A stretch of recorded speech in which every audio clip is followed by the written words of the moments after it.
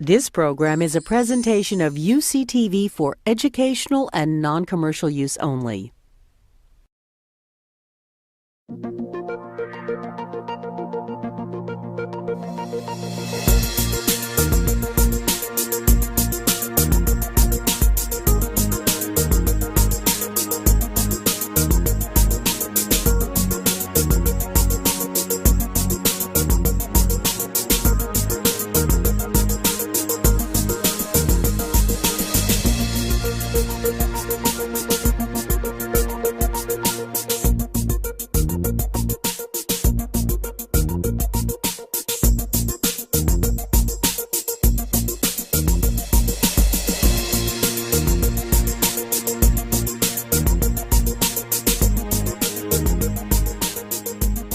I'm going to tell you tonight a story. And this story dates back about 30 years. This story has a little bit of something for everybody. It has a little bit of biochemistry, a little bit of clinical research, a little bit of public health, a little bit of politics, a little bit of racial innuendo. The only thing it's missing is sex. But we can see what we can do about that too. By the end of the story, I hope I will have debunked the last 30 years of nutrition information in America. And I would very much appreciate it if at the end of the talk you would tell me whether or not I was successful or not. Okay? So, in order to get you in the mood, as it were, let's start with a little quiz. What do the Atkins diet and the Japanese diet have in common? Anybody? Oh, yeah, you have the answers right. Yeah. Never mind. That's right. You have the answer right there. Okay? So the Atkins diet, of course, is all fat, no carb. The Japanese diet's all carb, no fat. They both work. Right? So what do they share in common? They both eliminate the sugar fructose. Okay? So with that, think about what it means to be on a diet and what macronutrients you're eating and which ones you're not. And then we'll go from there, and I'll try to explain how this all works. So, you've all heard about the obesity epidemic. Here are the numbers. These are the NHANES database body mass index. Everybody knows what that is now. Histograms, marching ever rightward as time has gone on. This was what was projected for 2008 in blue. We had so far exceeded and surpassed. This is not even funny. This was from 2003. The reason I show this is not just to show that the obese are getting obeser. Of course, that's true. But in fact, the entire curve has shifted. We all weigh 25 pounds more today than we did 25 years ago, all of us. Now, it is often said that obesity is the ultimate interaction between genetics and environment. And Dr. Christian Weiss, who's sitting in the back of the room, will be talking to you next week about the genetic component, which I am also very interested in. But, having said that, our genetic pool did not change in the last 30 years. But boy, oh boy, has our environment sure changed. Okay? So tonight, we're going to talk about the environment rather than genes. Okay? Now, in order to talk about the environment, we need to talk about what is obesity. And of course, you're all familiar with the basic concept of the first law of thermodynamics, which states that the total energy inside a closed system remains constant. Now, in human terms, the standard interpretation of this law is the following. If you eat it, you better burn it, or you're going to store it. Now, who here believes that? Oh, come on, you all do. Okay? I used to believe that. I don't anymore. I think that's a mistake. I think that is the biggest mistake, and that is the phenomenon I'm going to try to debunk over the course of the next hour, because I think there's another way to state the law, okay, which is much more relevant and much more to the point. Before I get there, of course, if you believe that, these are the two problems, right? Calories in, calories out. Two behaviors, right? Gluttony and sloth. After all, you see anybody on the street, oh, he's a glutton and a sloth. That's all there is to it. You know, Tommy Thompson said it on the TV show. We just eat too damn much, right? Well, you know, if that were the case, How did the Japanese do this? Why are they doing bariatric surgery on children at Tokyo Children's Hospital today? Why are the Chinese? Why are the Koreans? Why are the Australians? I mean, you know, all these countries who've adopted our diet all suffer now from the same problem. And we're going to get even further in a minute. Okay?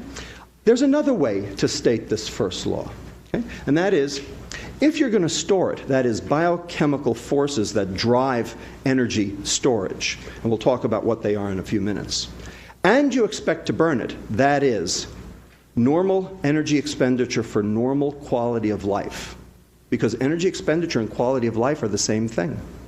Things that make your energy expenditure go up make you feel good, like ephedrine, it's off the market, coffee for 2 hours, then you need another hit like me.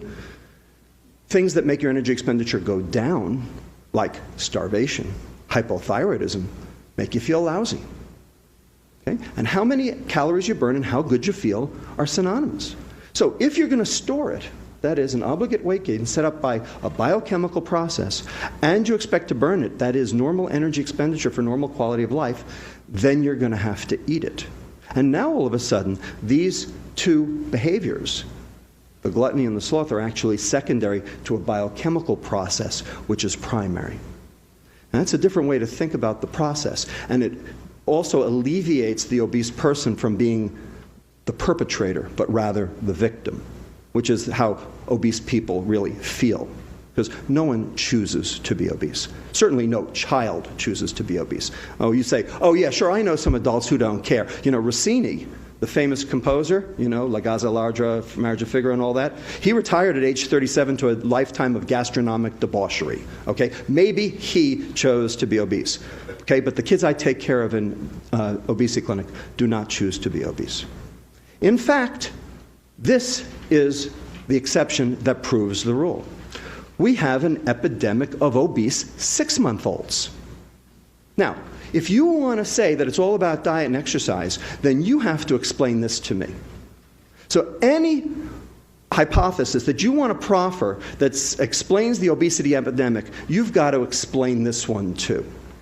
Okay? And this is not just in America, these 6-month-old obese kids, but these are around the world now.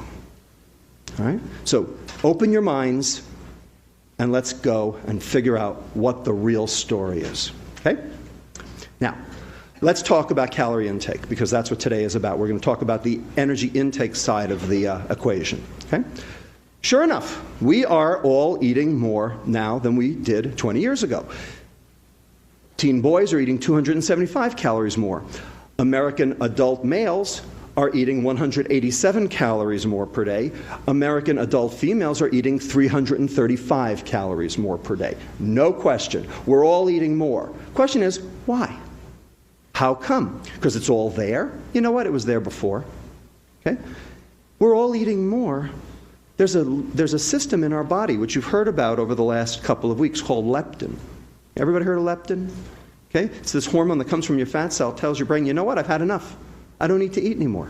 I'm done. And I can burn energy properly. Well, you know what?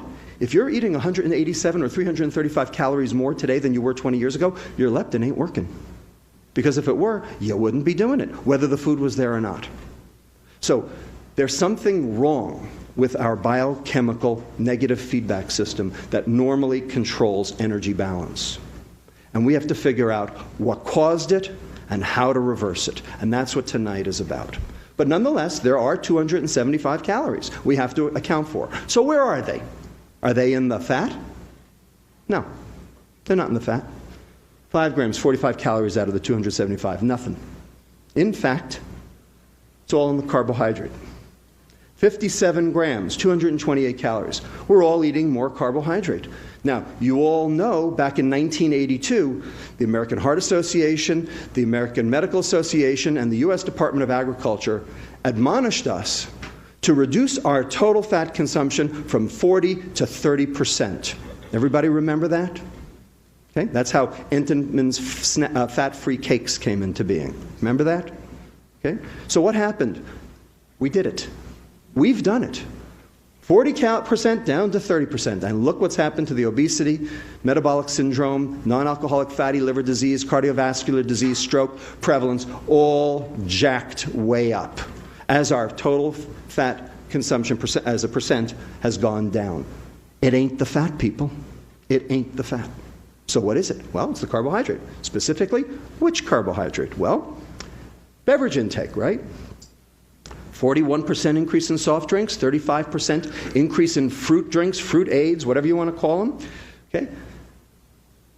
Just remember, down here, 1 can of soda a day is 150 calories. Multiply that by 365 days a year, and then divide that by the magic number of 3,500 calories per pound. If you eat or drink 3,500 calories more than you burn, you will gain 1 pound of fat. Okay? That's the first law of thermodynamics. No argument there. That's worth 15.5 pounds of fat per year. 1 soda a day is 15.5 pounds per year. Now, you've all heard that before. That's not news to you.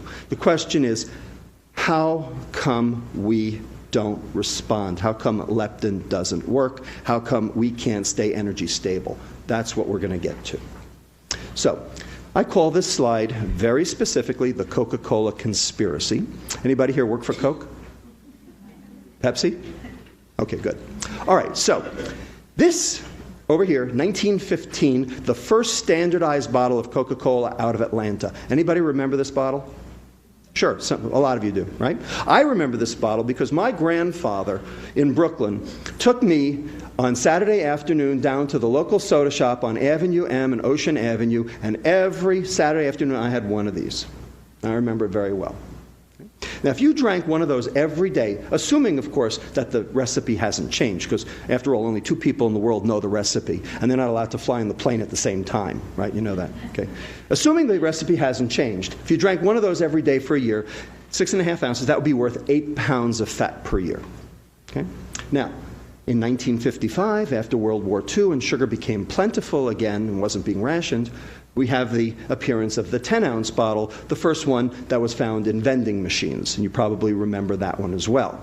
Then in 1960, the ever-ubiquitous 12-ounce can, worth 16 pounds of fat per year. And of course, today, this over here is the single unit of measure, right? 20 ounces. Anybody know how many servings are in that bottle?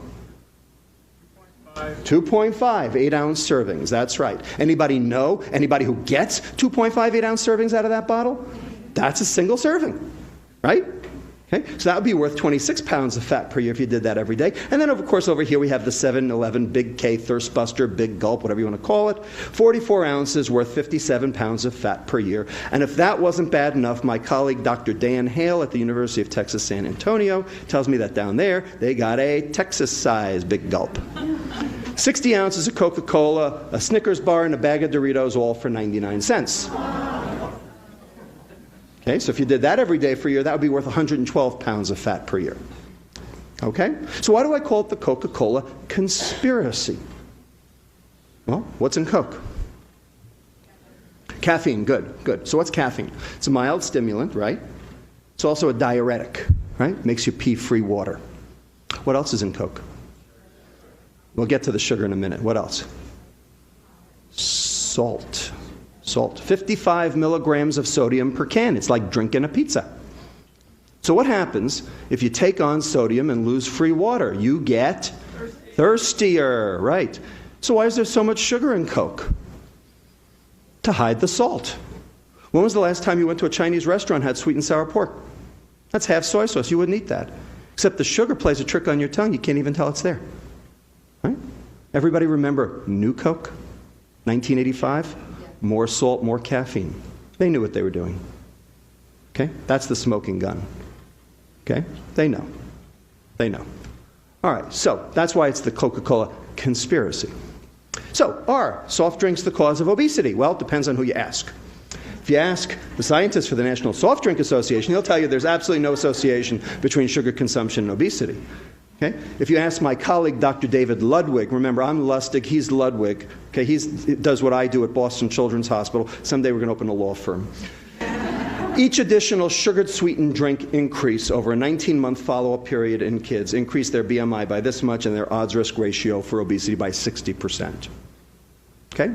That's a prospective study on soft drinks and obesity. the real deal.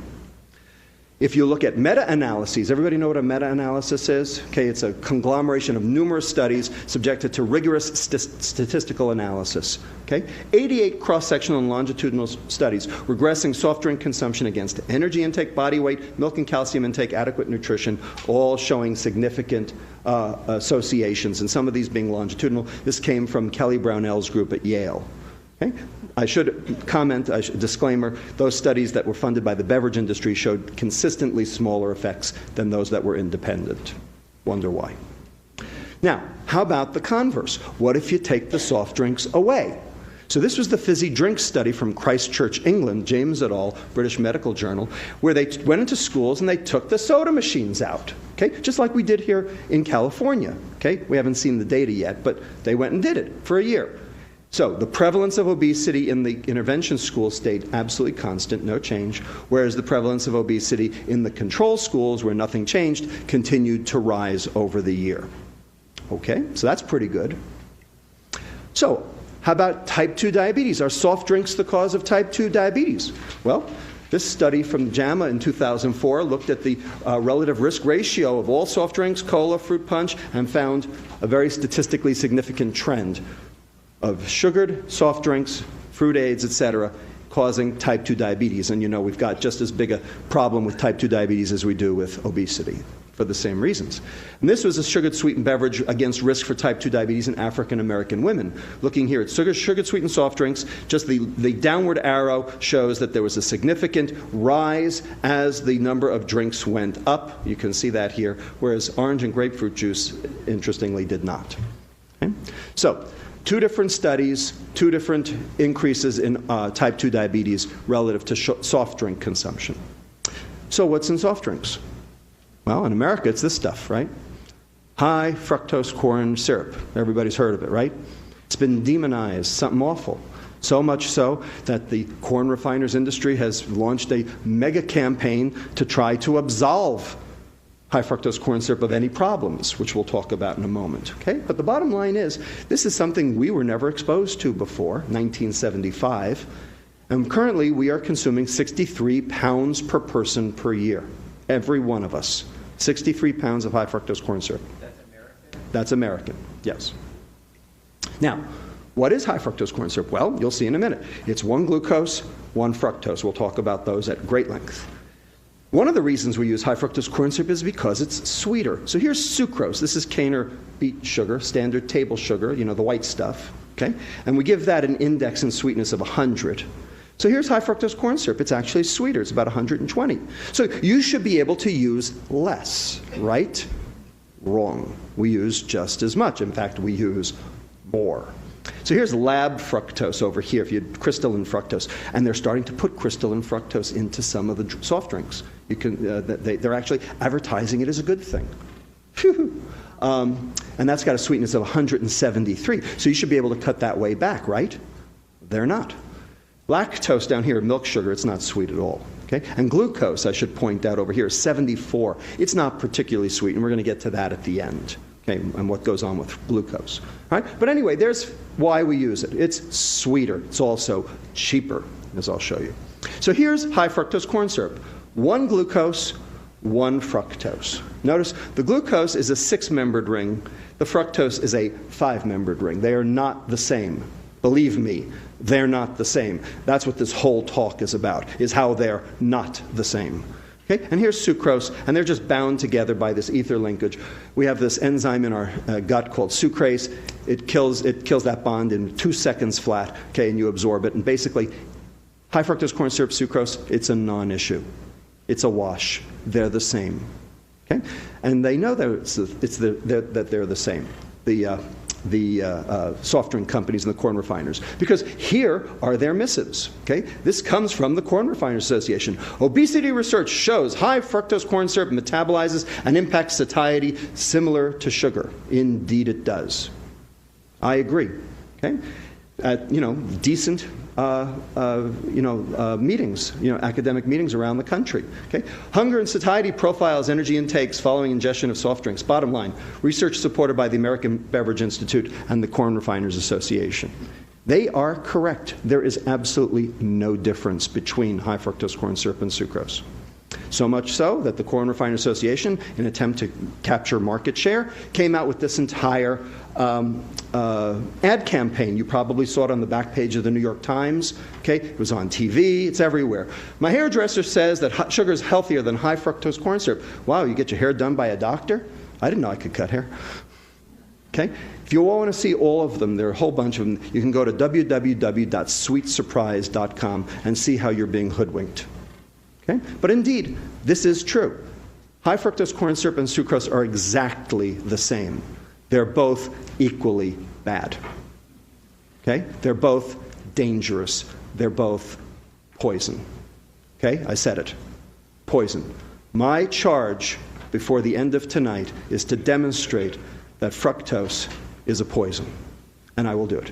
And you will tell me if I was successful. Nonetheless, here's Center for the Science and the Public Interest and the Corn Refiners Association. Everybody remember last year when Gavin Newsom floated a soda tax? Okay, last February. Okay, Governor Patterson of New York has since floated one, and other people are starting to talk about it. So why are they saying this? Well, they're saying obesity is a problem, kids are drinking soda, let's tax it. Okay, so they're talking about soda like it's empty calories. I'm here to tell you that it goes way beyond empty calories. Okay? The reason why this is a problem is because fructose is a poison. Okay? It's not about the calories. Has nothing to do with the calories. It's a poison by itself. And I'm going to show you that. Nonetheless, I just want to read you this paragraph here, okay, in yellow. We respectfully urge that the proposal be revised as soon as possible to reflect the scientific evidence that demonstrates no material differences in the health effects of high fructose corn syrup and sugar. I agree. Here's the important sentence. The real issue is that excessive consumption of any sugars may lead to health problems. I agree.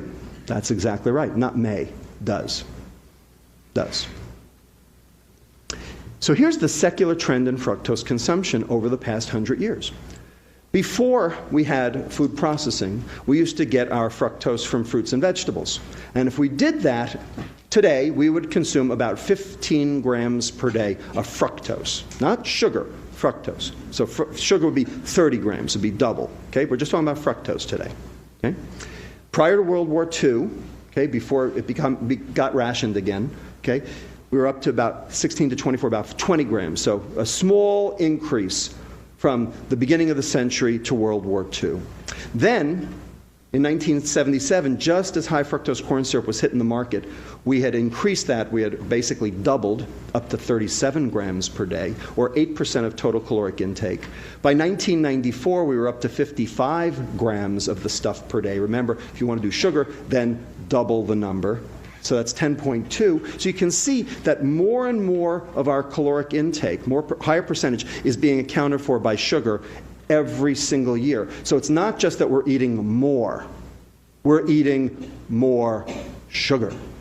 Okay? And for adolescents today, we're up to almost 75 grams, 12% of total caloric intake. 25% of the adolescents today consume at least 15% of their calories from fructose alone. This is a disaster, an absolute unmitigated disaster.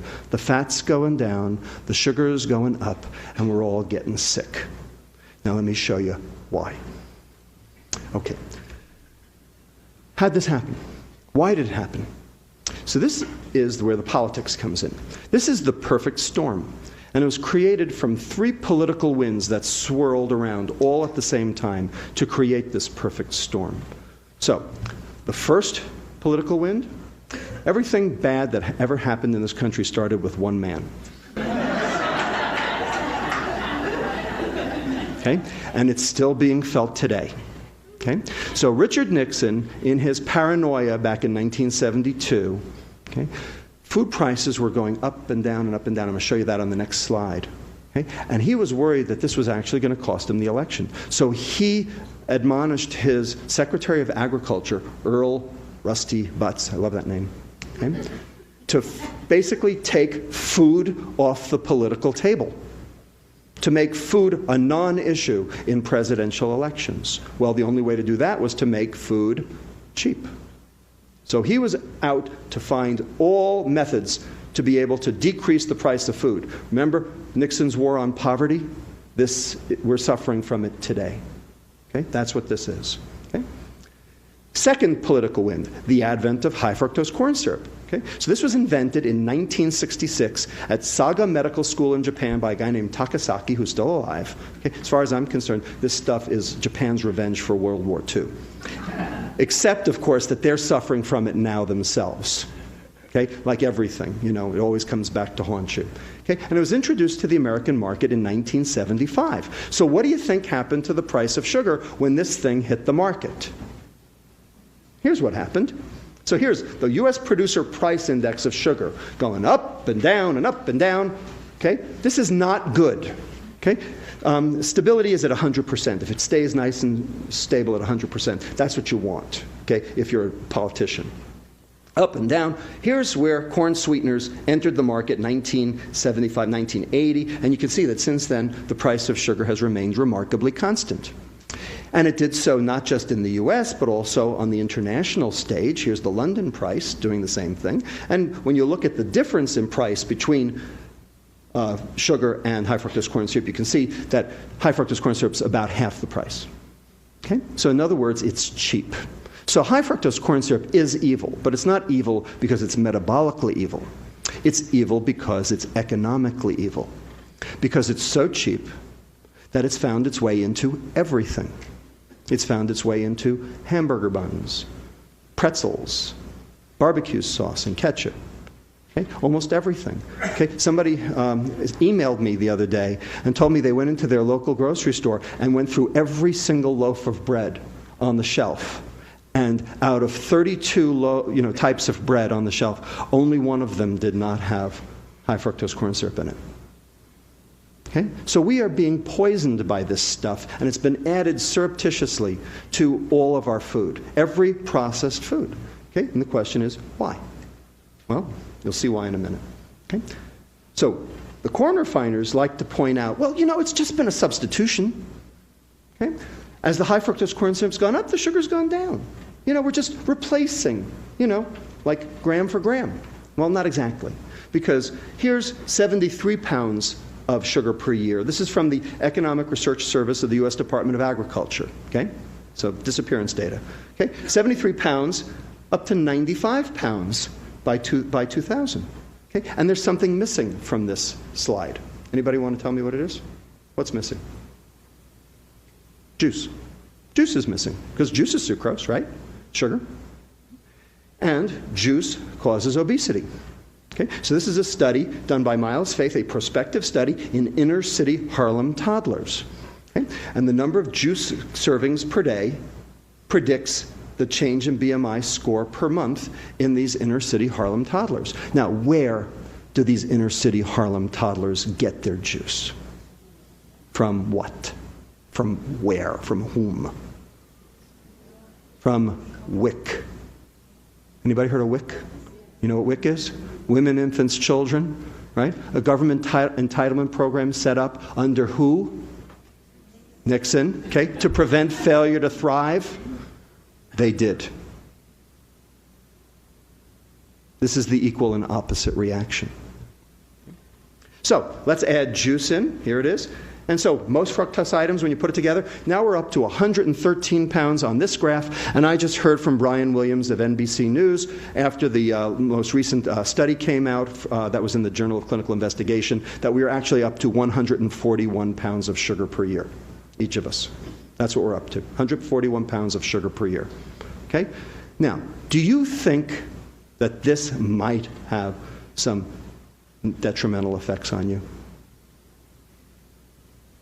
Hasn't stopped you, has it? That's the point. It hasn't stopped you. That's why we need to talk about this. So, juice consumption increases the risk for type 2 diabetes, okay? So this is the relative risk ratio as juice intake goes up, and this is in the nurses' study, okay? Showing, again, juice consumption, sucrose, obesity, diabetes. Okay, the third political storm, okay, that's swirling around to create this disaster, this mega typhoon. Okay? That thing that happened in 1982, the USDA, the American Heart Association, the American Medical Association, all telling us we had to reduce our consumption of fat. Now, why did they tell us that? To stop what? To stop heart disease. Did we? No, we didn't, did we? Okay? In fact, it's worked the exact opposite. We've only created more. Okay? So now, how did this come to be? Why did they tell us to stop eating fat? Well, in the early 1970s, we discovered something in our blood called LDL, low-density lipoproteins. You've heard of that, right? Is it good or bad? Not so bad. We'll talk about it. In the mid-1970s, we learned that dietary fat raised your LDL. So if dietary fat is A and LDL is B, we learned that A led to B. Okay, dietary fat definitely increases your LDL, no argument. It's true. Okay? And then finally in the late 1970s, we learned that LDL correlated with cardiovascular disease. Okay? So let's call cardiovascular disease C. Okay? So we learned that B led to C. So the thought process, by some very smart nutritionists, et cetera, the USDA, et cetera, said, well, if A leads to B and B leads to C, then A must lead to C, therefore, no A, no C. This was the logic. Now, any logicians in the room? Anybody see any problems with that logic? Go ahead. That's right, the premise is incorrect. And I'll tell you why the premise is incorrect. Because this suggests that this is all transitive, but in fact only the contrapositive is transitive. So it's not no A, no C, it's no C, no A. Okay? So the logic isn't even right. There's faulty logic here. Okay? So this doesn't work on any level. All right? So I'm going to show you why this doesn't work. And here's what, but before I show you why it doesn't work, I'm going to show you that this was a battle royal back in the 1970s. Okay? This was not a simple thing. There were people lined up on both sides of this story. Okay? So this over here is a book, 1972 it came out, and it was called Pure, White, and Deadly. It's all about sugar. Okay? Written by a British physiologist, nutritionist, endocrinologist by the name of John Yudkin. Now, I never knew John Yudkin. He's passed away. Okay? But I read this book about a year ago, and without even knowing it, I was a Yudkin acolyte. I was a Yudkin disciple. Every single thing that this man said in 1972 is the God's honest truth. And if you want to read a true prophecy, you find this book. It's not easy to find, but you go find this book, and I'm telling you, every single thing this guy said has come to pass. It's astounding. I am in awe of this guy. But on the other side, we had this guy over here. Okay? His name was Ancel Keys. Anybody heard of him? Okay. So Ancel Keys was a Minnesota epidemiologist, very interested in the cause of cardiovascular disease, and he performed the first multivariate regression analysis without computers. Now, anybody know what that means? Multivariate regression analysis? Okay, so this is where you take a whole lot of data. Okay, and normally you would just, run a few computer programs. But basically the object is to try to figure out what causes what, and to try to factor out other things and determine what the contribution of various things all at once are to an outcome that you're looking for. So he was interested in cardiovascular disease. And so what he did was he did this study, along with other people around the world, called the 7 Countries Study. Okay? Very famous, front page of Time magazine in 1980. Okay? So here's the data on the 7 Countries Study. So we have the US, we have Canada, Australia, England, Wales, Italy, Japan. Okay? And here's percent calories from fat on the x-axis, and here we have coronary disease death rate on the y-axis. And so you'd say, well, look at that. I mean, it's very obvious, isn't it? Sure. Percent calories from fat correlates very nicely with coronary disease. Right? Except for one little problem. Anybody see it? Japan and Italy. So how much sugar do they eat? Didn't I tell you the Japanese diet eliminates fructose? They never even had it till we brought it to them after World War II. Italy, aside from gelato, I mean, what else they got? Okay? They got a lot of pasta, there's a lot of glucose, but no fructose. Okay? There's no sugar in the Italian diet other than the occasional sweet, which they moderate. They're very careful about moderating, and they cost a lot. Okay? But here we got England, Wales, Canada, Australia, US. You know, we are sugarholics, aren't we? We're also fataholics. So in fact, the fat migrated with the sugar. So this is from Keyes's own work. Okay, page 262, if you want to pick up the 500-page volume. Okay, and I'm just going to read you the one paragraph, okay, that talks about this. The fact that the incidence rate of coronary heart disease was significantly correlated with the average percentage of calories from sucrose in the diet is explained by the intercorrelation of sucrose with saturated fat. In other words, donuts. Okay? Wherever there was the fat, there was sucrose too. Because these guys here eat donuts. Partial correlation analysis show that with saturated fat constant, there was no significant correlation between dietary sucrose and the incidence of coronary heart disease. Okay. When you do a multivariate linear regression analysis, you have to do it both ways. You have to do holding sucrose fat constant showing that sucrose doesn't work, and then you have to hold sucrose constant and show that fat still works. You see that anywhere? He didn't do it. He didn't do it. He didn't do the thing that you need to do a multivariate linear regression analysis.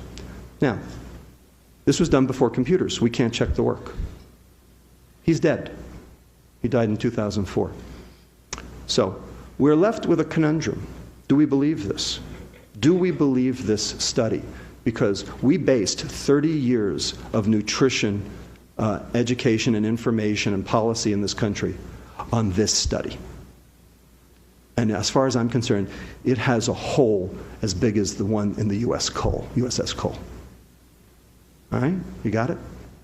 Everybody, am I debunking? Yes? No? All right. Let's keep going. Remember I told you LDL, maybe not so bad? Well, here's why. Because there really isn't one LDL. There are two. There are two LDLs. Here's one over here. It's called pattern A, or a large buoyant LDL. So everybody knows that LDL correlates with cardiovascular disease, and that's true, and I'm not going to argue that. That is true. But it's not this one, the pattern A LDL. These guys are so light. They are buoyant. They float. So they get carried through the bloodstream, and they don't even have a chance because they're so big and they're so buoyant, they don't even get underneath the edge of the endothelial cells in the vasculature to start the plaque formation process. But over here we have this other guy over here called pattern B, or a small, dense LDL. You see the difference? These guys are dense. These guys don't float. These guys are small. They get underneath the edge of the surface of the endothelial cells, and they start the plaque formation. And it's been shown by numerous investigators now that small, dense LDL is the bad guy. Okay, now when we measure LDL in the bloodstream, when you do a lipid profile, you measure both of them together because it's too hard to distinguish the two. So when you get an LDL, you're getting both LDLs, the neutral one and the bad one. Now, how can you tell whether your LDL is the neutral one or the bad one? What you do is you look at your triglyceride level in association with it, because your triglycerides tell you which one it is. So here's pattern A over here, okay? Big, large, buoyant LDLs, okay? And you'll notice that the triglycerides are low and your HDL is high. That's what you want. You want a low triglyceride, high HDL, because that's the good cholesterol. You want good, high good cholesterol. Over here you have pattern B, and here you have high triglyceride, low HDL. That's the bad guy. That's the guy you don't want to be, because you're going to die of a heart attack. No question about it. Triglyceride to HDL ratio actually predicts cardiovascular disease way better than LDL ever did. Okay? Point is, when you measure LDL, you measure both. So, dietary fat raises your large buoyant. What do you think raises your small dense? Carbohydrate. Okay, so here's percent carbohydrate, and here's your pattern B going up. Everybody got it? So what did we do? What did we do in 1982? What did we do? We went on a high-carb diet, which was supposed to be a low-fat diet, right? Right. So here's the low-fat craze, okay? Took America and the world by storm, because the content of low-fat, home-cooked food that you cook by yourself in your house, you can control the content of fat. Okay? But when you process it, low-fat processed food, it tastes like cardboard. It tastes like crap. Okay? So the food companies knew that. So what did they do? They had to make it palatable. So how do you make it something palatable that has no fat in it? You add the sugar, right? So everybody remember Snackwells? Okay, so 2 grams of fat down, 13 grams of carbohydrate up, 4 of them being sugars so that it was palatable. Okay? Well, we've just shown you that that's the worst thing you could do. And that's what we've done. And we're still doing it today. So when you find a mistake, what do? Okay? You admit the mistake and you right the ship. We haven't admitted the mistake and we haven't righted the ship. So we've had our food supply adulterated, contaminated, poisoned, tainted, okay, on purpose. And we've allowed it, and we've let it, through the addition of fructose for palatability, especially because of the decreased fat, and also as a ostensibly browning agent, which actually has its own issues, because why it browns so well with the sugar in it actually is what's going on in your arteries, because that's causing what we call protein glycation and cross-linking, which is actually contributing to atherosclerosis. So it works on your steak on the grill, it works in your arteries the same way. Okay? And removal of fiber also. Now, why did we remove fiber from our diet? We as human beings walking the earth 50,000 years ago used to consume 100 to 300 grams of fiber per day. We now consume 12. Why? What did we do? We took the fiber out. So why did we take the fiber out? Well, it takes too long to cook, takes too long to eat, and shelf life. Okay? So people ask me, what's the definition of fast food? Fiberless food.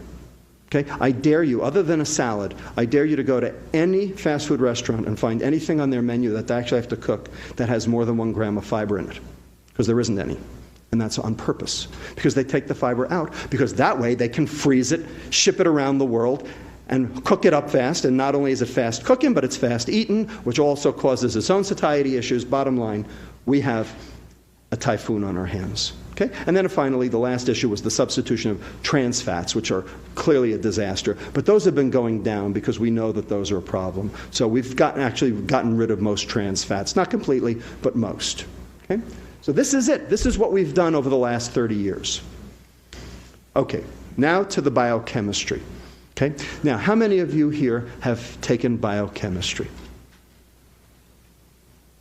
About 25%. I am going to show you a lot of reactions in excruciating detail. If you've studied biochemistry, you will have an anaphylactic reaction. If you haven't studied biochemistry, you will fall asleep. So what I'm going to suggest that you all do is just let me do my thing to show you that at least it works, and just count the arrows. Okay? You can do that, right? Can you count the arrows? It's not like counting sheep. Okay? You can count the arrows, and just stick with me, okay? Just let me do my thing, and let me show you why fructose is not glucose. Okay? Because what the liver does to fructose is really unique. And you've got to understand it to understand everything I've just told you. Okay? So number one, fructose is 7 times more likely than glucose to do that browning reaction, the advanced glycosylation end products. The thing that happens on your grill happens in your arteries for the same reason. Okay? You can actually see the color change too. Fructose does not suppress the hunger hormone. There's a hormone that comes from your stomach called ghrelin you've heard about already. Okay? So if you preload a kid with a can of soda, and then you let them loose at the fast food restaurant, do they eat more or do they eat less? They eat more. They just took on 150 calories, yet they eat more. Reason? Because fructose doesn't suppress the hunger hormone ghrelin. So they eat more. Acute fructose ingestion does not stimulate insulin because there's no receptor for fructose, no transporter for fructose on the beta cell that makes insulin. So the insulin doesn't go up. Well, if the insulin doesn't go up, then leptin doesn't go up. And if leptin doesn't go up, your brain doesn't see that you ate something. Therefore, you eat more. And finally, I'm going to show you liver hepatic fructose metabolism is completely different between fructose and glucose. Completely different. And I'm going to show you, before the day is out, the evening's out, that chronic fructose exposure alone, nothing else, causes this thing we call the metabolic syndrome. Everybody knows what the metabolic syndrome is? Okay, so this is the conglomerate of the following different phenomena: obesity, type 2 diabetes, lipid problems, hypertension, and cardiovascular disease. Okay, those all cluster together, okay, called metabolic syndrome. I'm going to show you how fructose does every one of those. I want to show you the difference between glucose and fructose in a way that will be glaringly apparent. So let's consume 120 calories in glucose. 2 slices of white bread. Okay? What happens to that 120 calories? Now, you eat the 120 calories, 96 or 80% of the total will be used by all the organs in the body. Okay? 80% off the table. Why? Because every cell in the body can use glucose. Every bacteria can use glucose. Every living thing on the face of the earth can use glucose, because glucose is the energy of life. Okay? That's what we were supposed to eat. Okay? 24 of those calories, or 20%, will hit the liver. Okay? So let's watch what happens to those 24 calories. Here they go. So the glucose comes in through this transporter called GLUT2.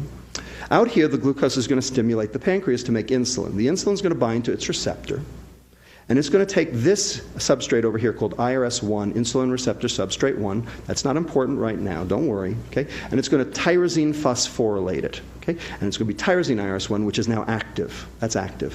And it's going to stimulate the second messenger here called AKT. Okay? Now, what AKT does is it stimulates this guy down here, SREBP1, sterol receptor binding protein number 1. Don't worry about it. Okay? But this is the thing that ultimately gets fat mechanics going. Okay? So you'll see in a minute. So one of the things that SREBP1 does is it activates this enzyme here called glucokinase, which takes glucose to glucose 6-phosphate. Now, glucose 6-phosphate can't get out of the liver. The only way to get glucose 6-phosphate out of the liver is with hormones, glucagon or epinephrine. That's the way you can get it out. So now the glucose is fixed in the cell, but it's only 24 calories worth. So it's not a big, bolus of it. Okay? Now, the glucose 6-phosphate, almost all of it is going to end up going over here to something called glycogen. Now, glycogen is the storage form of glucose in the liver. Okay? Because glycogen is easy to fish the glucose out with glucagon and epinephrine. So my question to you, and granted this is a physiology question, is how much glycogen can your liver store before it gets sick? The answer is any amount. It's unlimited. Okay? We have carb loaders who run marathons, right? Okay? Does it hurt them at all? We have kids with a disease where they can't get the glucose out of the glycogen, called glycogen storage disease type 1A, or von Gierke's disease. They got livers down to their knees, they're so big. They're hypoglycemic like all get out because they can't lift the glucose out of their liver. Okay? But they don't go into liver failure, because glycogen is a non-toxic storage form of glucose in the liver. So the whole goal of glucose is to replete your glycogen. So this is good. This is not bad. This is good. Now, a little of that glucose is going to fall down here. It's going to get metabolized down to this stuff here called pyruvate. And the pyruvate is going to enter your mitochondria over here. Remember, your mitochondria are the parts of your cell that actually burn the energy. They're your little factories. Okay? They make the stuff that lets you live. Okay? Called ATP. ATP, adenosine triphosphate. That's the energy of life right there. Okay? So the pyruvate comes in, gets converted to something called acetyl-CoA, gets metabolized by this thing called the Krebs cycle, TCA cycle, and you throw off ATP and carbon dioxide, which you breathe off. So far, so good? Have I snowed anybody yet? You're with me? I snowed one guy back there. Okay, I'm doing my best. I swear to God, I'm doing my best. Anyway, so this stuff over here, this acetyl-CoA, gets burned off in the TCA cycle. Now, maybe you won't burn all of it off, and so some of it may exit as citrate. Okay? And the citrate then leaves the mitochondria through a process known as the citrate shuttle, and then that citrate can then be broken down by these 3 enzymes, which are all subservient to this SREBP1. This is ATP citrate lyase, acetyl-CoA carboxylase, fatty acid synthase. They're not important. The only thing to know is these 3 enzymes together turn sugar into fat. Okay? This is called de novo, meaning new, lipogenesis, fat making. Okay? This is de novo lipogenesis. So you take the citrate, which came from the glucose, okay, and you end up with something called acyl-CoA, which then gets packaged with this protein here, and you end up with something called VLDL, very low density lipoprotein. Now, anybody heard of that before? Is it good or bad? It's bad. That's bad. Okay? VLDL is bad because that's one of the things that causes heart disease. It's also a substrate for obesity. Okay? So you don't want to make much of this. Okay? But the point is, you started with 24 calories, maybe a half a calorie will end up as VLDL. So that little Japanese guy with the little hat, working out in the field, eating rice for the next, 90 years, can he die of a heart attack at age 90? Sure. Okay? But that's not so bad. Okay? If you make it to 90, you're doing all right. Okay? Because of that VLDL coming from glucose. Okay? Glucose made a little bitty VLDL. Okay? And that serves as a substrate for adipose deposition into your fat cell here, triglyceride. In addition, because the insulin went up in response to the glucose, your brain sees that signal, and it knows that that is supposed to shut off further eating. Okay? In other words, hey, I'm busy metabolizing my breakfast. I don't need lunch. Okay? And so you have a nice negative feedback loop between glucose consumption, the liver, the pancreas, and the brain to keep you in normal, negative, yin-yang energy balance. This is good. This is not dangerous. This is what's supposed to happen. All right, so now let's talk about a different carbohydrate. Let's talk about my favorite carbohydrate, maybe yours too. Okay?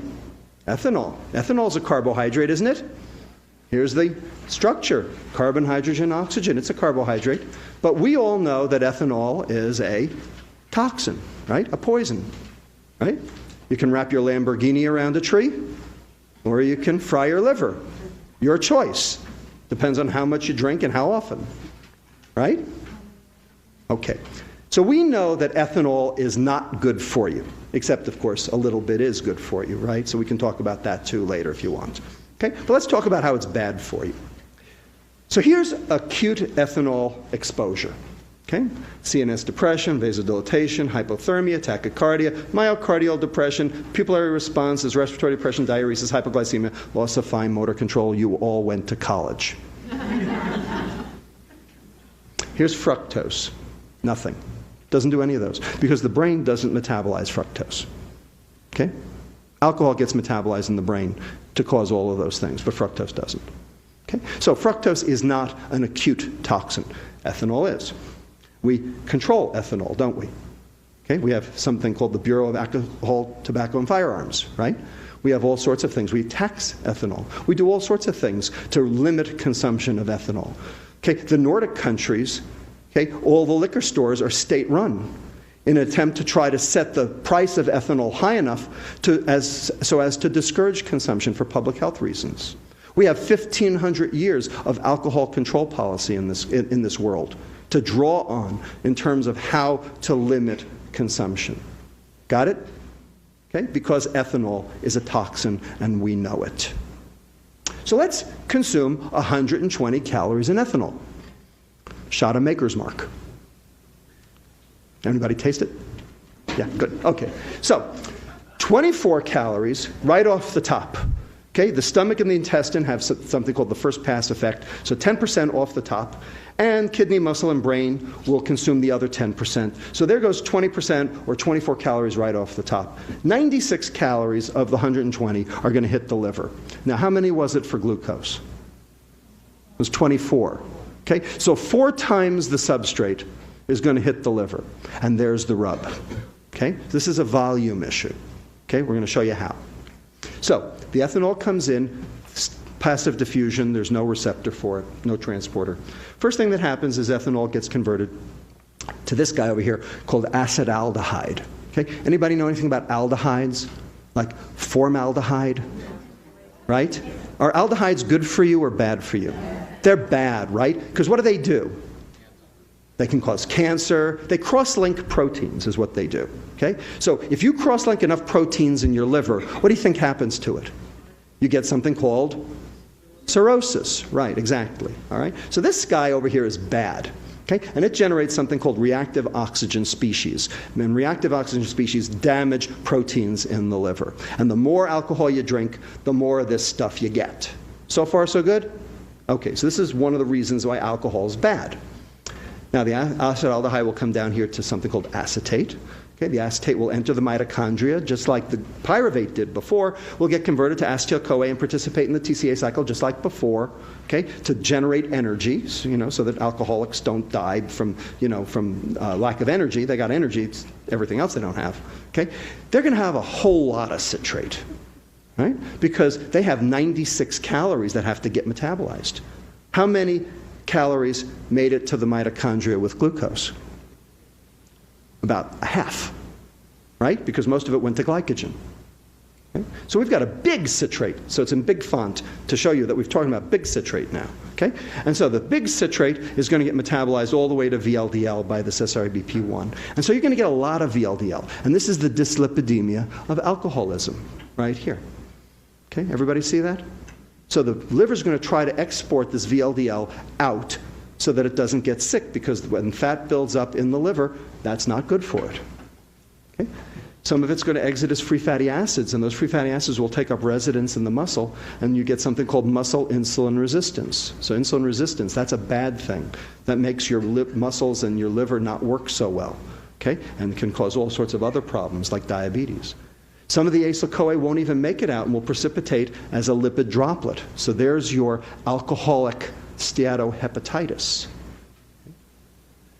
This acyl-CoA and this ethanol and these reactive oxygen species can start this enzyme activated. Okay, it's called C-Jun N-terminal kinase 1, or JUNK1, and it really is JUNK1 because it is the bridge between metabolism and inflammation. So when you generate JUNK1, you do bad things to your liver, which I will show you when we talk about fructose. So let's talk about fructose. Okay? Fructose is sweet. We like it a lot. Okay? We like it in everything. We like it in our bread. We like it in our pretzels. We like it everywhere we look. Okay? So let's consume 120 calories in sucrose, a glass of orange juice. Everybody got it? So 2 slices of white bread, a shot of Maker's Mark, a glass of orange juice. All the same 120 calories, but 3 different substrates. Let's see what happens to the fructose. So, number 1, the glucose, remember, because sucrose is half glucose, half fructose. So 60 of the calories of the 120 are glucose. 12 are going to make it into the liver, 48 out here for the rest of the body. Okay, the same 20-80 split we had before with glucose. So far, so good. But all 60 calories of fructose are going to be metabolized by the liver. Why? Because only the liver can metabolize fructose. So what do we call it, where when you take in a compound that's far into your body, and only the liver can metabolize it, and in the process generates various problems, what do we call that? We call that a poison. So let me show you how it's a poison. Okay? So let's watch the fructose. So the fructose comes in through this transporter now. Before it was GLUT2, now it's GLUT5. Okay?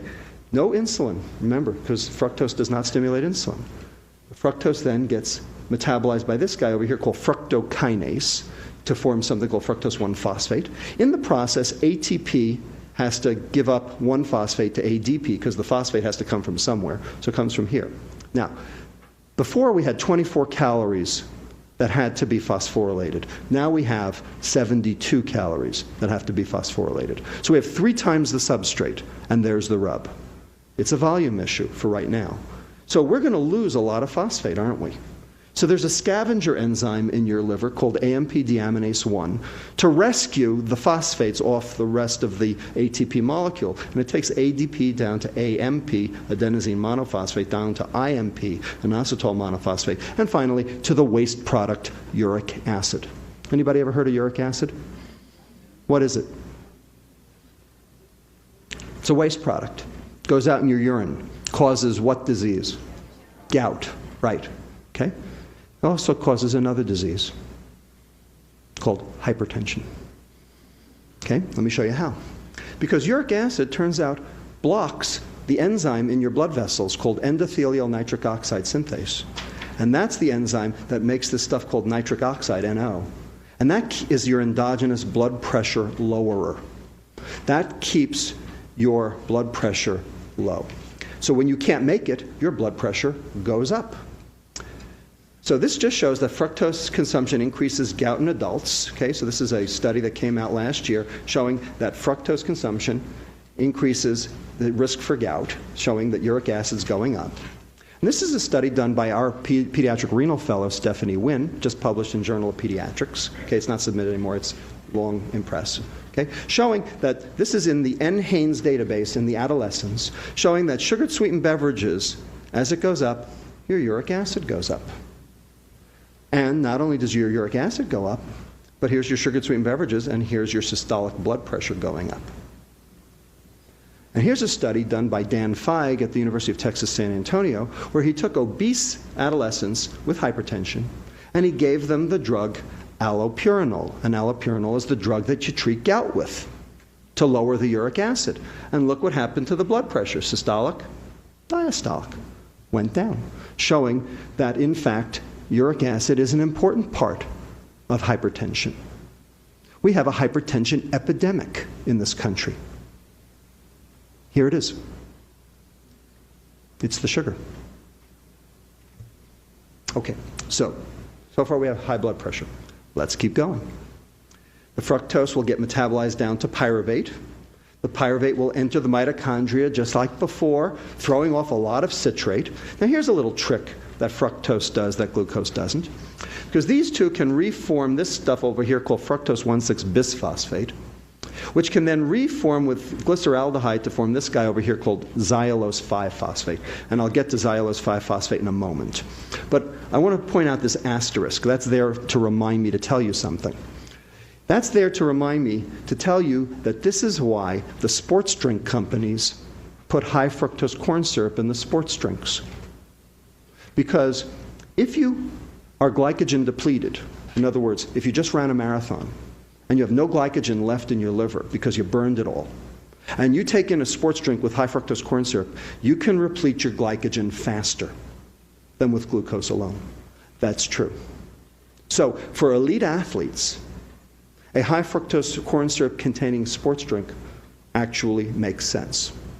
And so, indeed, sports drinks have high fructose corn syrup. The question is, who's drinking the sports drinks? Any elite athletes you know? Who's drinking the sports drinks? The kids, right? Why are they drinking it? Because it's cool, right? Because it's cool and it tastes good. Okay, so before we go on, I just want to now digress for a moment. Okay? 1967, University of Florida patents Gatorade. Everybody remember Gatorade? Okay. 1970, the Florida Gators win the NCAA championship in football. Gatorade makes a big splash. Okay? Big deal. Anybody ever taste the original Gatorade? Yeah? What did it taste like? Tasted horrible. Okay? It tasted like something that you might find, coming out of you instead of going into you. Okay? It tasted awful. Okay? 1992, Pepsi buys Gatorade. And they say, how are we going to market this swill? So what did they do? They added the high fructose corn syrup. Okay? So now who drinks it? Right, fat kids. Right? Not even skinny kids. Fat kids drink it. Okay? So there's a problem here. Okay, and we're going to show you how that works. Okay, so xylulose 5-phosphate, just to show you. So here's, if you take a rat and you glycogen deplete them by making them run on an exercise wheel, okay, and then you refeed them with starch or with sucrose, the xylulose 5-phosphate goes way up with the sucrose. Okay, so you get more xylulose 5-phosphate through this pathway here, going over here. So why do we care about xylulose 5-phosphate? Well, here's why.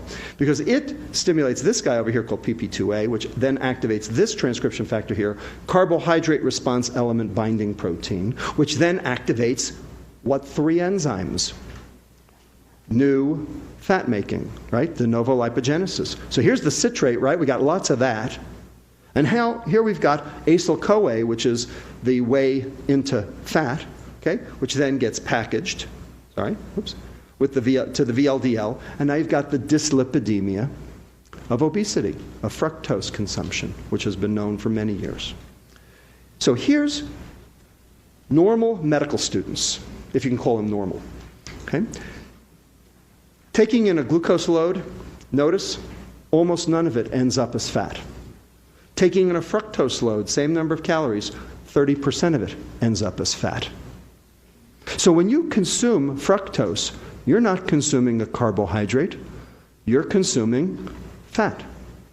So everybody talks about a high-fat diet. Well, a high-sugar diet is a high-fat diet. That's the point. That's exactly the point. Okay? This is a study where they gave acute administration of fructose, and you can see the triglycerides going up compared to the control. Okay, serum triglyceride right there. Here's normal medical students again, 6 days of high fructose feeding. Triglycerides doubled. De novo lipogenesis went up 5 times higher. And here's free fatty acids, which then caused insulin resistance, doubled. Okay, 6 days. So, here's the dyslipidemia of fructose consumption. We're not done. Some of the fat won't make it out of the liver, just like with ethanol, and now you've got a lipid droplet, so now you've got this non-alcoholic steatohepatitis. So this is work that we did in our clinic, okay, looking at sugar-sweetened beverage consumption against the liver enzyme marker ALT, alanine aminotransferase, which tells you about fatty liver. And sure enough, here's sugar-sweetened beverages against ALT, and you can see a nice linear relationship in Caucasians. African Americans, it's a different relationship, and that's a whole nother story all by itself. Okay? So there's the lipid droplet of a non-alcoholic steatohepatitis. Some of it will come out as free fatty acids and populate the muscle. We'll also tell the insulin to go up higher. Remember that JUNK1? So here's what JUNK1 does. So the acyl-CoA and the fructose can all activate JUNK1. And what JUNK1 does is, remember when we use glucose, this IRS became tyrosine IRS1, and that was good? Remember that? Well, JUNK1, what it does is it serine phosphorylates IRS1. And serine IRS1 is inactive. So now the insulin can't even do its job in the liver.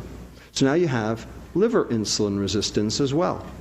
That's going to make the pancreas work that much harder, generating higher insulin levels, which raise your blood pressure even further, cause further fat making, cause more energy to go into your fat cell. There's your obesity.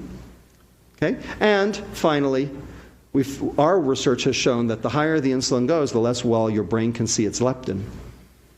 And so there you've got continued consumption because your brain thinks it's starving.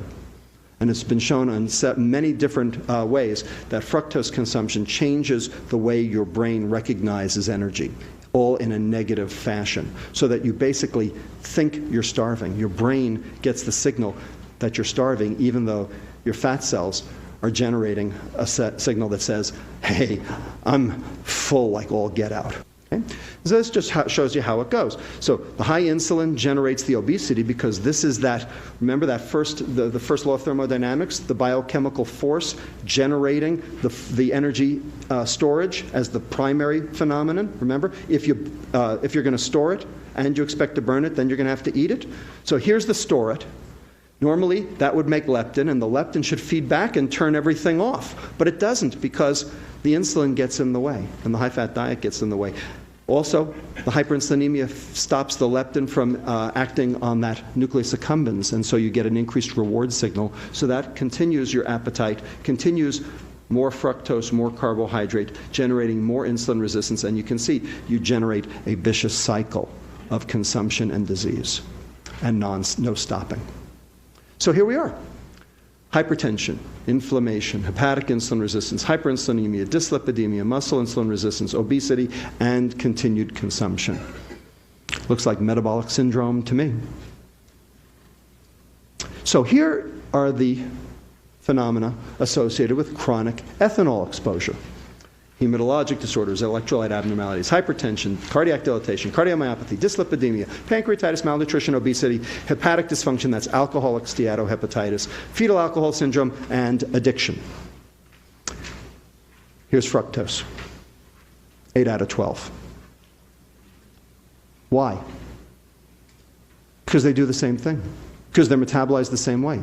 Because they are the same. They come from the same place, right? How do you make ethanol? Naturally. Right. You ferment sugar. Hasn't changed. Because it has all the same properties. Because it's basically taken care of by the liver in exactly the same way. And for the same reason. Because sugar and ethanol are the same. Every which way you turn. So here's our clinic intervention. This is what we do in our clinic. Okay? It's as simple as you can imagine. We write this on the back of a matchbook. Okay? I mean, it's just as simple as you can make it. We have 4 things we teach the kids to do, and the parents. Get rid of every sugared liquid in the house, bar none. Only water and milk. Okay? There is no such thing as a good sugared beverage, period. Eat your carbohydrate with fiber. Why? Because fiber is good. Fiber is supposed to be an essential nutrient. And we can talk later, if you want, after the cameras turn off, as to why fiber is not an essential nutrient. Because the government doesn't want it to be. Okay? Because then they couldn't sell food abroad. Wait 20 minutes for second portions, okay, to get that satiety signal. And finally, buy your screen time minute for minute with physical activity. That's the hardest one to do. Okay? So if you play for half an hour, you can watch TV for half an hour. You want to watch TV for an hour, play for an hour. That one's a hard one. But anyway, we follow our patients every 3 months. So here's my question. Does it work? What do you think? Yeah, it works. Okay? So this is BMI Z-score, time from initial visit. It works. But we were interested in what made it work and what made it didn't work. So we did a multivariate linear regression analysis, right? The thing that made it not work, sugared beverage consumption. The more sugared beverages the patients drank at baseline, the less well the lifestyle intervention worked, for all the reasons I just showed you. Okay? So, why is exercise important in obesity? Because it burns calories? Come on. 20 minutes of jogging is 1 chocolate chip cookie. You can't do it. Are you joking me? So why is exercise important? I'll tell you why. Here's why. Number 1, it improves that skeletal muscle insulin sensitivity because your insulin actually works better at your muscle, okay, which then brings your insulin levels down, which is good for you. Number 2, it's your endogenous stress reducer. It's the single thing that actually stress reduces. And if you stress reduce, what do you think your appetite does? Goes down. Because stress and obesity go hand in hand, right? For all sorts of reasons which are beyond the scope of this lecture today, but we can talk about in the question period if you want. And then finally, remember that de novo lipogenesis? Remember those 3 nasty enzymes? Okay? What if you burned the stuff off before you made the fat? That's what exercise does, because it makes that TCA cycle run faster, so you don't get the citrate leaving the mitochondria, so it doesn't get turned into fat, so it doesn't precipitate and cause all the problems you just saw. That's what they mean by a higher metabolism, yes. Okay? But it has nothing to do with burning of calories. That is the stupidest reason that I've ever heard of for exercise. You got to be joking me. Okay? You can't do it. I mean, 1 Big Mac, and you got to, mountain bike for 10 hours. Are you joking? Okay, so why is fiber important in obesity? So this is my motto in clinic. When God made the poison, he packaged it with the antidote. Okay? Because fructose is a poison. I think I've hopefully shown you that. Okay? But wherever there's fructose in nature, there's way more fiber. Do you ever see a piece of sugar cane? It's a stick. Right? You can't even chew the damn thing, right? You got to suck the stuff out like that, right? I mean, how many calories do you think you're going to get out of a piece of sugar cane? Okay? They actually did studies on the sugar plantations back in the early 1900s. Okay? All of the workers were healthy and lived longer than the sugar executives who got the processed product. How about that? Wonder why. Okay? So, eat your carbohydrate with fiber. That's why we say that. That includes sugar. That's why fruit's okay. Because number 1, it limits how much fructose you're going to take in. And number 2, it gives you an essential nutrient, which you needed in the first place. And you get some micronutrients along with it so that you actually can, your liver works healthier. So here's what fiber does. Number one, it reduces the rate of intestinal carbohydrate absorption. Okay? Now, sometimes that's bad. I'll tell you when that's bad. Okay? You know when that's bad? That's bad when you're at a formal function. Because what happens if you reduce the rate of carbohydrate absorption in your gut? The bacteria get to it. Okay? So as far as I'm concerned, in life, you've got two choices. It's either fat or fart. It increases the speed of transit of the intestinal contents to the ileum. Okay? And that raises this hormone over here called PYY, which goes to your brain and tells you the meal's over. That's your satiety signal. So when you add fiber to your diet, you actually get your satiety signal sooner because the food moves through faster. And then finally, it also inhibits the absorption of some free fatty acids all the way to the colon, and then those get chopped up into little itty-bitty fragments called short-chain fatty acids, and those actually suppress insulin as opposed to long-chain fatty acids which stimulate insulin.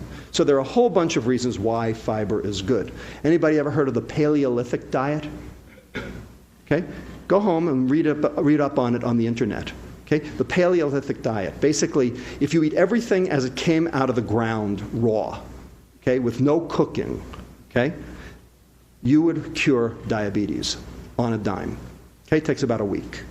Okay? Because you're getting that 100 to 300 grams of fiber I mentioned before.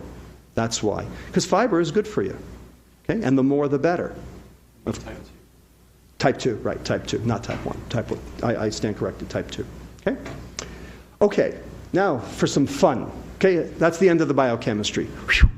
How'd I do? I told you I'd get you through it. Okay, so now comes the fun part, okay? The racial innuendos and the, all the political stuff, okay? The fructosification of America and, of course, the world. Ready? Another quiz. Can you name the 7 foodstuffs at McDonald's that don't have high fructose corn syrup or sucrose? No, mustard has it. Oh, come on, the big one. French fries. But they have salt, starch, and fat, so they're not so good either. Okay, what else? We'll get to coffee. Hash browns, for the same reason, right? Salt, starch, and fat. Okay, what else? Chicken McNuggets. I was shocked. No sucrose or high fructose corn syrup in chicken McNuggets. But as the circuit court judge in New York called them, they are still a McFrankenstein creation. Okay, but nonetheless, no sucrose. I was really shocked. Sausage. Oh, they're terrible. They're just disastrous. But I mean, there's nothing good in them at all. But there's no fructose. Sausage. Diet Coke. Coffee, if you don't add the sugar, and iced tea, if you don't add the sugar. By the way, the chicken McNuggets we have a disclaimer, because no one eats the chicken McNuggets without the dipping sauce. And there's a whole bunch of high fructose corn syrup in the dipping sauce, right? Okay, good. All right. So who's really drinking this? We talked about this before. Gatorade AM.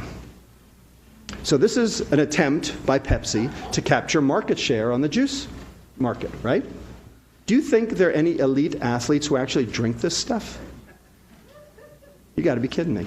Okay, this is for kids, right? So this really blew my socks off. This was my daughter when she was in 2nd grade 2 years ago, Miriam Lustig, okay? Brought these 2 cartons of milk home for me and said, Dad, you're not going to believe this, okay? 2nd grade, okay? So here's the calories in Berkeley Farms 1% low-fat milk, 130 calories, 15 of them are sugars because it's lactose, right, which is okay. And here's Berkeley Farms 1% chocolate milk, 190 calories, 29 grams of sugar, all high fructose corn syrup. Okay? It's like a glass of milk plus a half a glass of orange juice. Okay? And that's what we're giving to our kids. And you know what the nutrition department at the SFUSD says? Well, we have to get our kids to drink milk somehow. Now, is that brilliant or what? I don't know. Now, what about WIC? Okay? So we talked about the 112 pounds of orange juice that the kid down in Salinas was drinking. What about WIC? So remember what we started with? We have an epidemic of obese 6-month-olds. Remember? So could this be the reason? So here's a can of formula. 43.2% corn syrup solids, 10.3% sugar. It's a baby milkshake. Soda, Coca-Cola, is 10.5% sucrose. Formula is 10.3% sucrose. Any difference?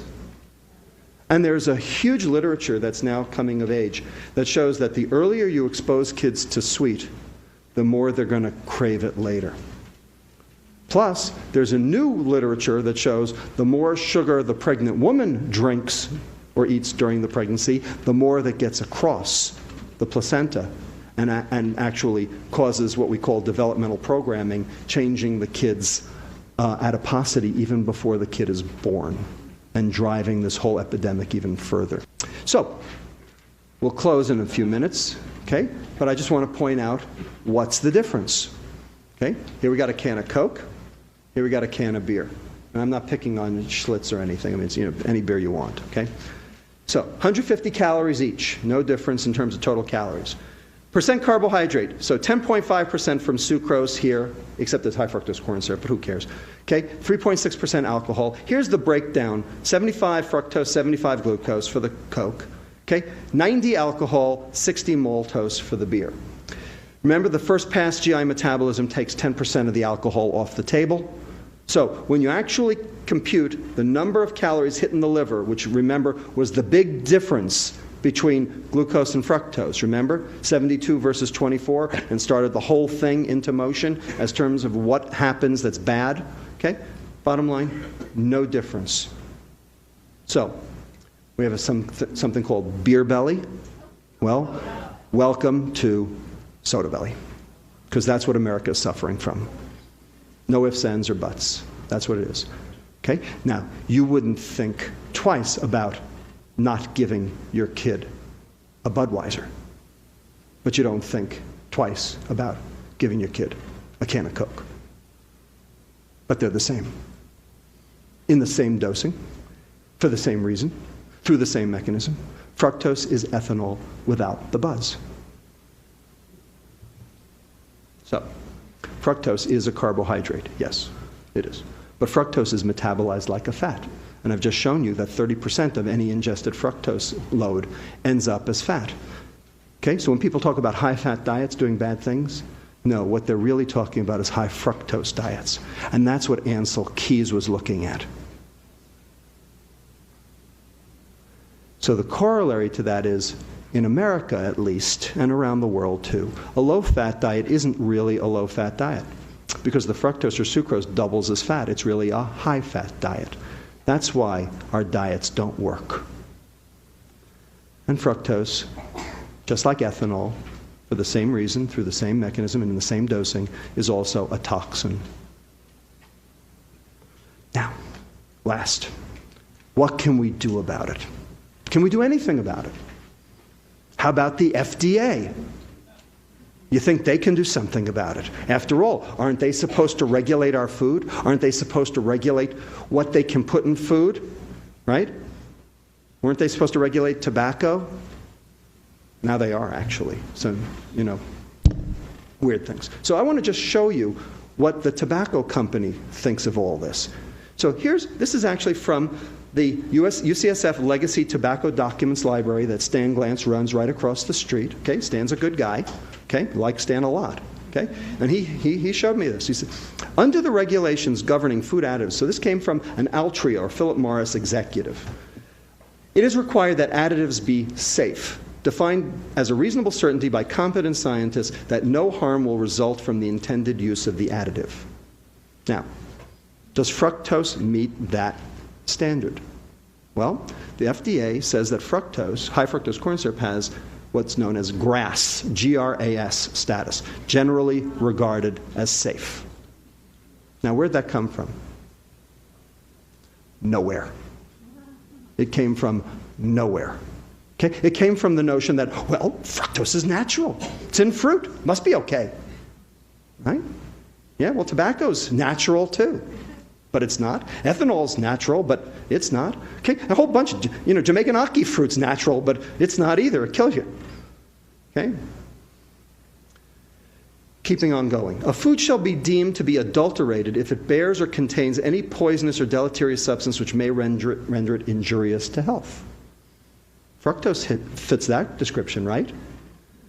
But not with the prevention of chronic diseases, even though its own regulations explicitly postulate the connection between such products and such diseases.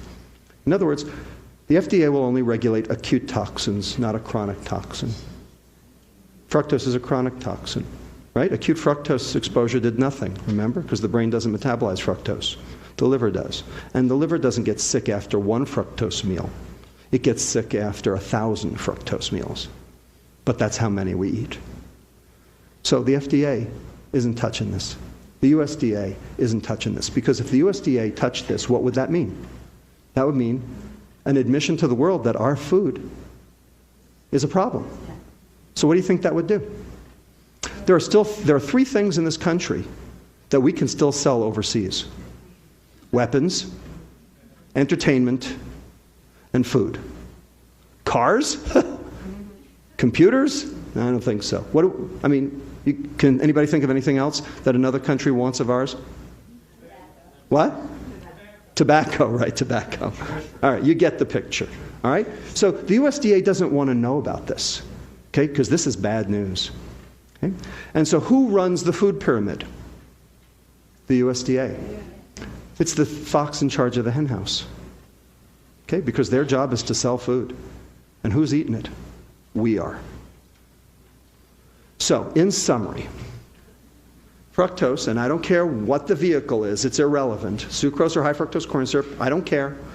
Fructose consumption's increased in the past 30 years, coinciding with the obesity epidemic. A calorie is not a calorie. Okay? And the dietitians in this country are actually perpetrating this on us. Because the more you think a calorie is a calorie, the more you think, well, then if you ate less and exercised more, it would work. It doesn't. All of the studies show it doesn't work. Here's why it doesn't work. Because a calorie is not a calorie. Fructose is not glucose. We know a calorie is not a calorie because there are good fats and bad fats. There's good protein and bad protein. Okay? There's good carbohydrate and bad carbohydrate. And glucose is good carbohydrate. Glucose is the energy of life. Fructose, okay, is poison. You are not what you eat. You are what you do with what you eat. And what you do with fructose is particularly egregious and dangerous. Hepatic fructose metabolism leads to all the manifestations of the metabolic syndrome. Hypertension through that uric acid pathway, de novo lipogenesis dyslipidemia, hepatic steatosis through that DNL pathway, those 3 enzymes, the new fat-making pathway, inflammation through JUNK1, hepatic insulin resistance because of the serine phosphorylation of IRS1, obesity because of the VLDL transport to the adipocyte, and leptin resistance promoting continuous consumption, basically starving your brain, making you think you need more. Fructose ingestion interferes with obesity intervention, as we showed in our clinic. The more soft drinks, the less well diet and exercise actually worked. Fructose is a chronic hepatotoxin for the same reason that alcohol is. The only difference is alcohol is metabolized by the brain, so you get alcohol effects. Fructose is not metabolized by the brain, so you don't get those effects, but everything else it does is the same. But the FDA can't and won't regulate it. It's up to us. I'm standing here today to recruit you. Okay, that's a famous saying here in San Francisco, right? I'm Harvey Milk and I'm here to recruit you. Okay, I'm Robert Lustig and I'm here to recruit you in the war against bad food. Okay, and this is what's bad. With that, I want to thank my colleagues at the UCSF Department of Pediatrics in our Weight Assessment for Teen and Child Health Clinic, UCSF Department of Epidemiology and Biostatistics, and also Department of Nutritional Sciences at UC Berkeley, in particular Dr. Jean-Marc Schwartz, who is a card-carrying fructose biochemist, PhD biochemist, who vetted all of these pathways that I've shown you today and looked at this and said, oh my God, it is a toxin. He worked in this stuff for 15 years, and he didn't even realize it was a toxin until he saw this. So with that, I'll close. Thank you.